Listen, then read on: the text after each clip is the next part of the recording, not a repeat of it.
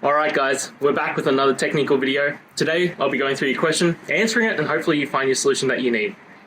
Guys, remember to stay just a little bit crazy like me, and hopefully you get to that resolution. Now, let's continue on to the video.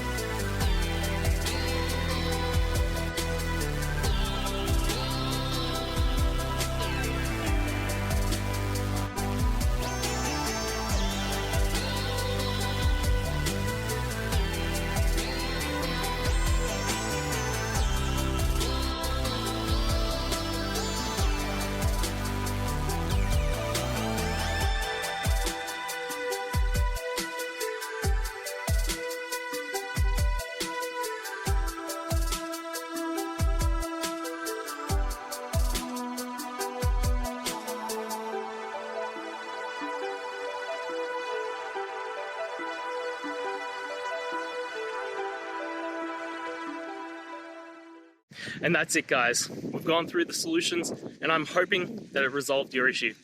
If it did, please hit the subscribe button. I'd really appreciate it. And until next time, I hope you have a good one. Cheers.